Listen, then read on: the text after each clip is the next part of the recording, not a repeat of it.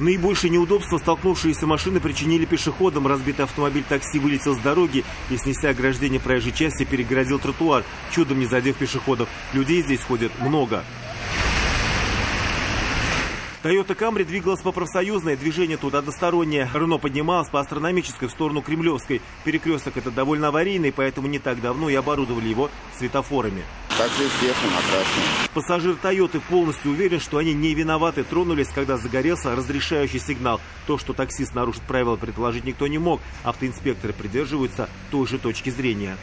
Девушка пострадала, но вроде все нормально, слава богу, обошлось. А девушка пассажир такси, да, получается? У пострадавшей пассажирки такси заподозрили легкое сотрясение головного мозга. От госпитализации она отказалась. Объяснить свою спешку водитель Рено не захотел. Мужчина вообще делал вид, что участником аварии не является и не знает, что произошло. При этом тщательно прятал лицо. Восстановить его рабочее место, если и можно, то дорого. У Рено повреждена вся ходовая часть, разбита передняя оптика, моторный отсек и его содержимое, а также дно кузова. Это только то, что видно без тщательного осмотра автомобиля. Радик Фархулин, Наиль Абдуллин, вызов 112.